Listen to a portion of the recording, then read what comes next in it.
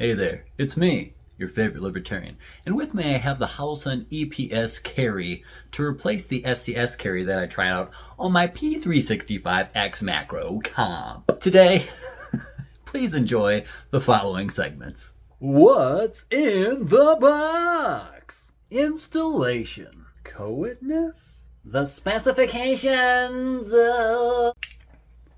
Settings. Zeroing and range time. Initial impressions. Before we get to all that though, a few words from our not sponsors.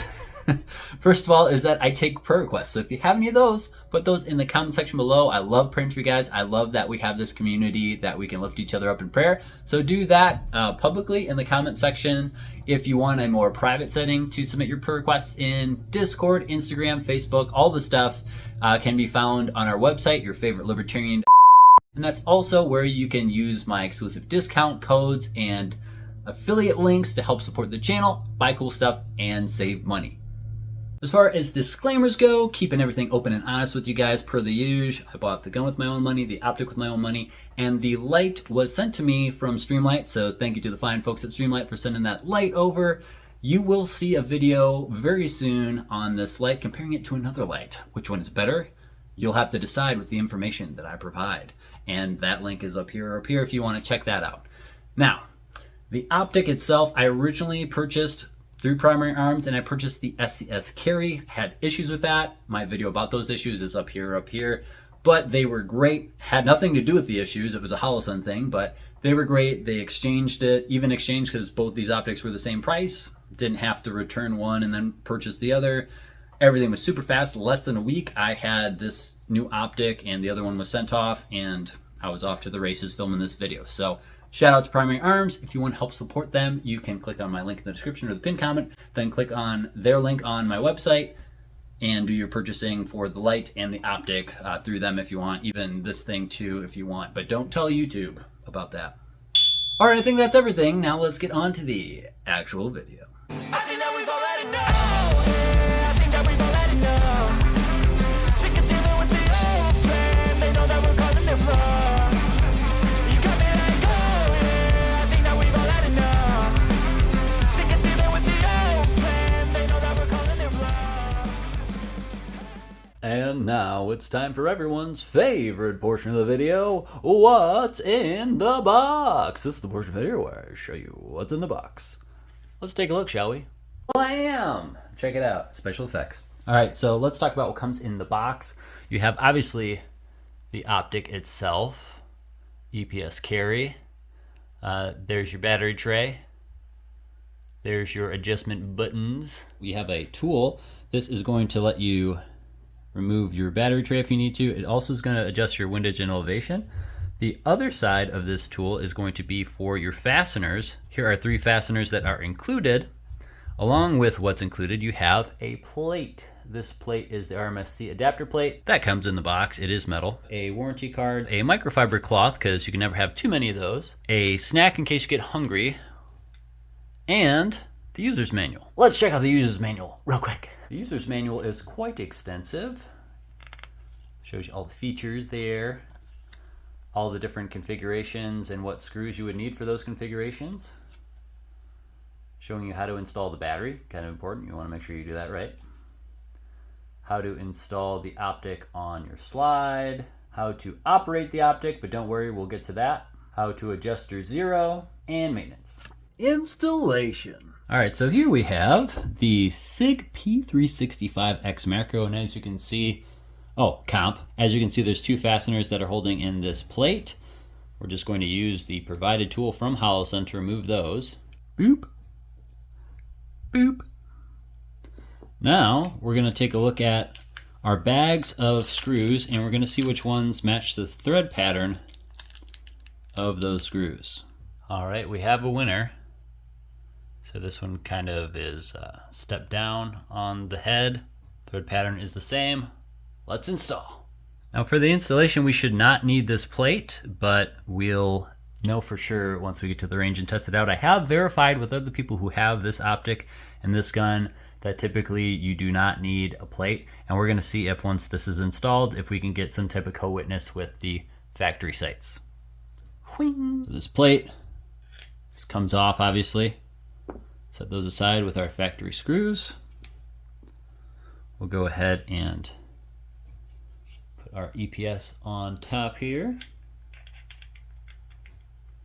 Pop our screws in, boop, boop, and start fastening. Boop, boop. All right, all tightened up. One thing to note about this tool that's provided is that these wings start bending as you get to the torque spec. So you're gonna at least be very close to the torque spec, but I would always double check with your torque wrench just to make sure that everything is torqued down properly. The thing, it looks pretty nice. You are gonna have a little bit of excess optic on each side of the slide. So that's just something you've got to be prepared for. Co-witness? As far as co-witness goes, let's see if we can get any co-witness at all. And yes, very slightly, you can just see a little bit of that front sight in between your rear sight. So that's cool.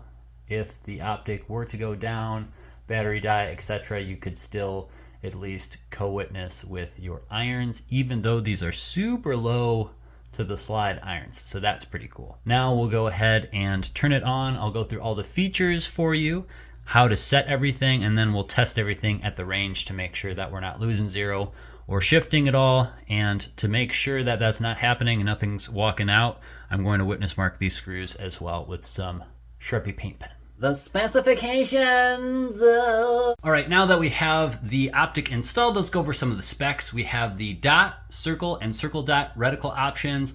We have selectable modes, auto, manual, and lockout. We also have the shake awake technology and the solar failsafe. This is using a 1620 battery and battery tray. You have up to 50,000 hours of battery life on setting 6 for just the dot, 12 brightness settings, 8 daylight and 4 night vision compatible settings, memory function for brightness and reticle setting, CNC milled 7075 aluminum housing, and it is IPX8 waterproof and also parallax free.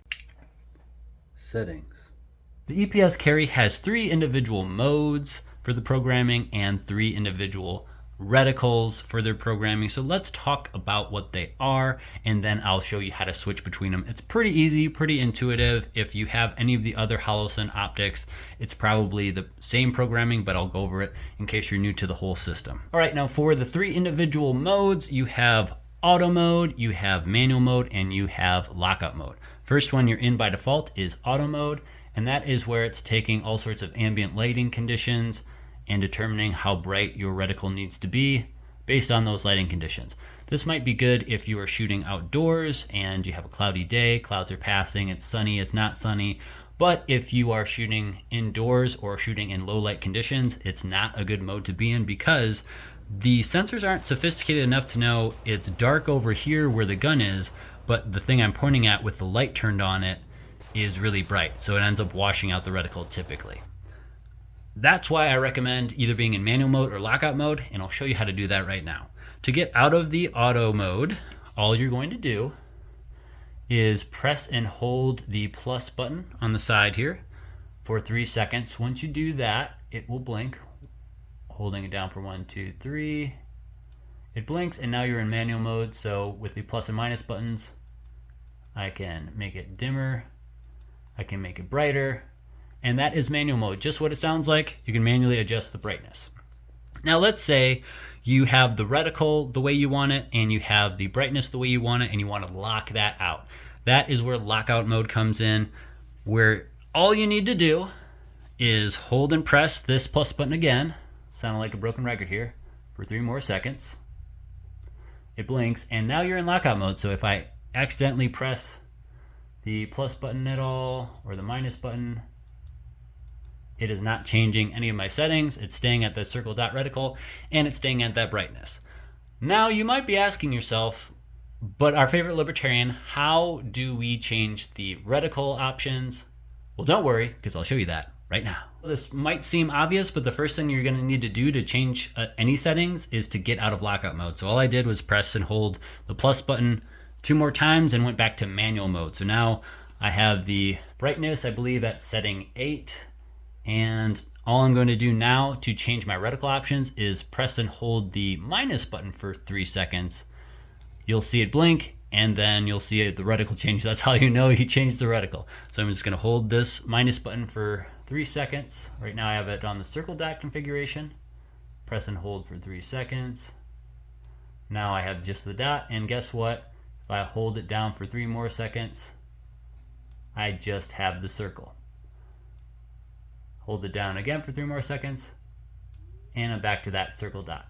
So hopefully, let me see if I can focus this a little bit so you can actually see the reticle.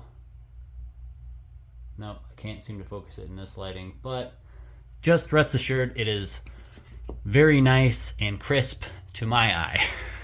Either way though, now that I have it in the settings that I want, so I have the circle dot reticle and I have it at brightness level 8 or 9, again, all I have to do is press and hold this plus button for 3 more seconds to put it in lockout mode, and then I'm set. I have it for all the ideal lighting conditions. If it's really dark with the light on, I can still see the reticle. If it's really bright out, I can see the reticle. If it's really dark, I can still see the reticle. It's a little bit bright, but it's not too bright to where it's unusable.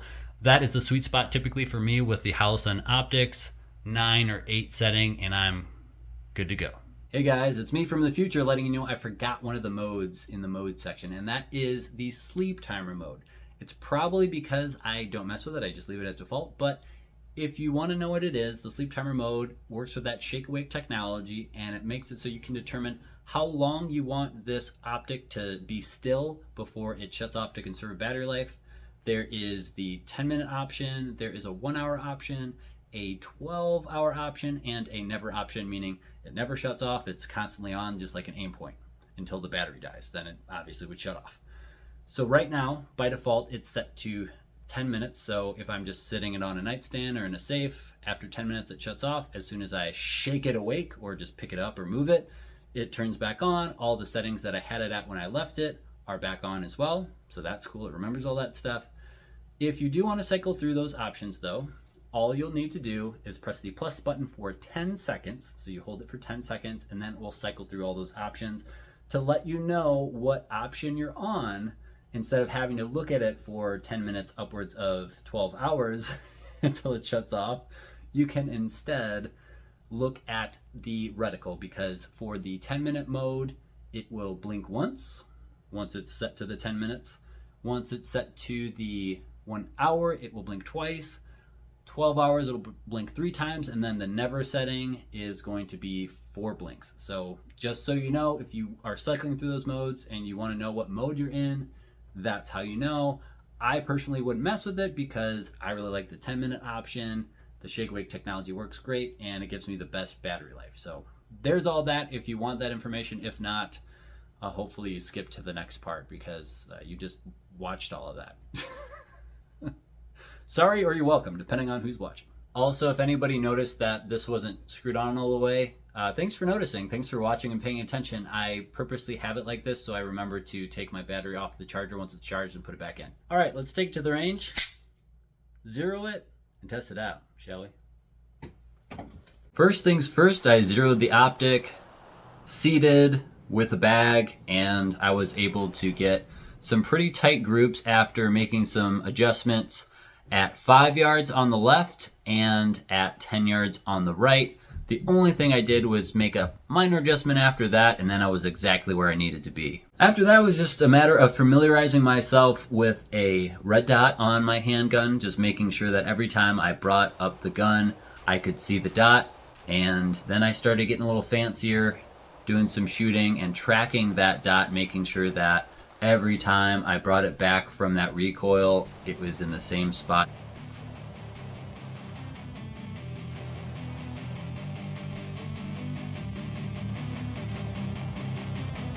And then I got even fancier doing some shooting and reloading drills, and even worked on some light manipulation drills as well.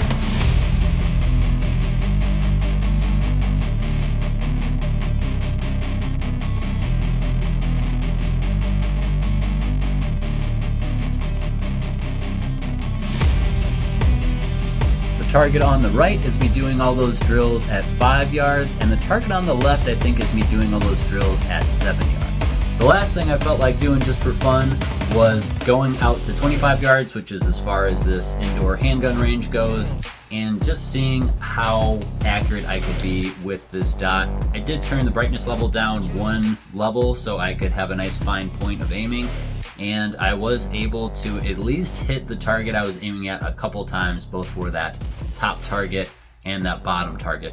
Here are my 2 5-round groups at 25 yards. We've got something to work on. Alright, I'm back from the range with my initial impressions. First, I'll give you a quick range report, tell you how this did, what I learned from my range trip. Then I'll give you my opinions on what I like and don't like about this optic. We'll get off on some tangents and then we'll wrap things up and say goodbye. As far as how this did at the range, it was a ton of fun. I was able to zero this really quickly, do all sorts of fun drills, reloads, light manipulation, and long range shooting at 25 yards.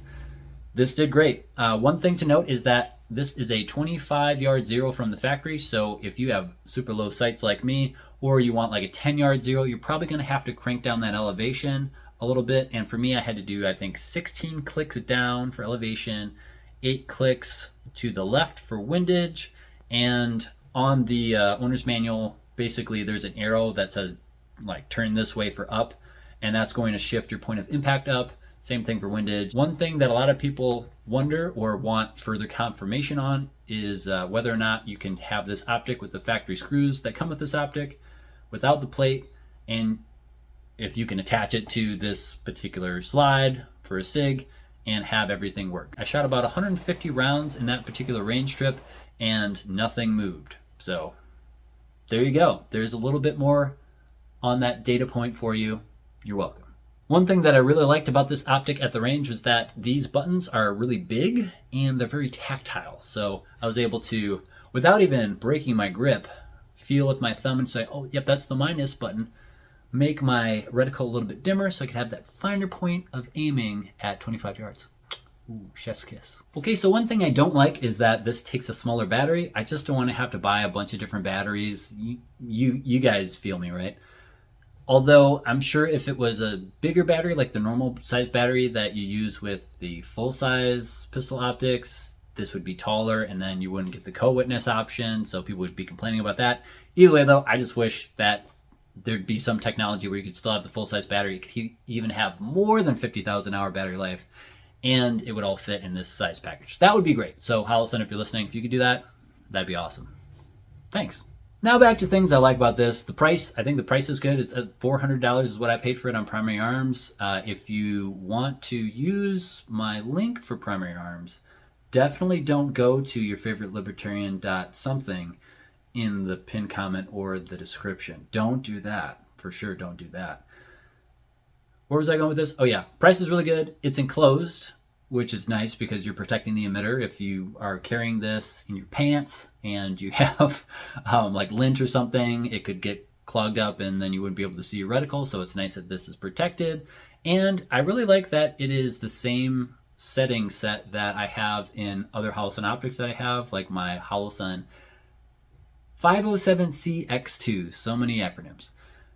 Same settings, just a little bit smaller, and it is, enclosed, so that's pretty cool.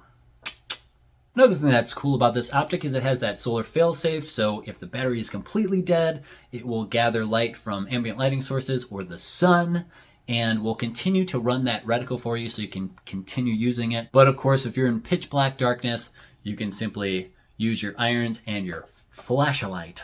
Tangent time. This is the part of the video where I go on a random tangent and you come along for the ride. It's probably my favorite part because this is just how my brain is all the time. Yeah. Okay, so first thing is this trigger. Totally unrelated. Kind of related though, because when I was zeroing, this trigger was not doing me any favors there. What happens with this trigger, and this is the X macro, a lot of the X macros, X macro comp, you have your take upright, no resistance, and then you have this resistance that starts. And what you think is, this is the wall. This is where the break's gonna happen. But it doesn't. You have a bunch of creep, and then it breaks. When does it break? Who knows? I don't know. What I would like is a company to make a trigger for this gun where you have your take up, then there's your wall, and then break. No creep, just as soon as there's resistance, that's the wall, and then you have your break. If you know of a company that does that for this gun, let me know in the comment section below, and they can even, if you know them personally or you are them, DM me on Instagram, yourfavoritelibertarian.com. I would love to get a different trigger on here and test it out and compare it to this one.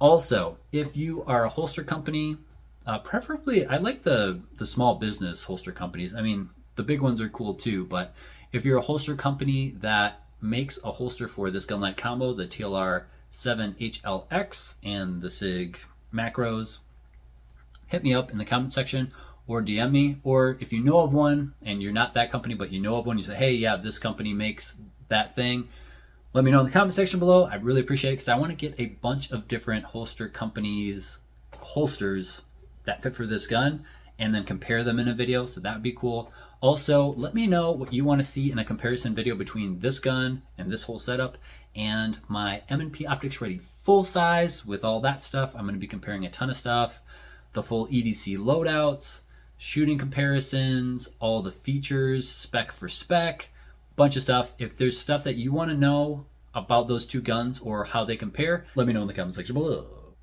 Yeah, I think that's everything. Okay, moving on. Well, that's going to do it for me and my video on the EPS Carry. I hope you liked it. Hope you found it informative. If you did, the like really helps. Subscribing really helps. A lot of you guys love my videos and you watch them, but you're not subscribed. So double check to make sure you are subscribed if you are subscribed, because YouTube likes to unsubscribe people. And if you're not, you should probably subscribe. There's going to be some cool videos coming. If you want to help support the channel, click on the thing. I mean, don't click on the thing below. If you have any prayer requests, put those in the comments section below for sure. I don't think YouTube has outlawed praying yet. And as always, thanks for watching. Stay free. And God bless. Keeps you up at night, yeah. Make all the demons quiet, yeah. We were built to thrive, yeah. I think that we've all had enough. Keeps you up at night, yeah. Make all the demons quiet, yeah. We were built to thrive, yeah.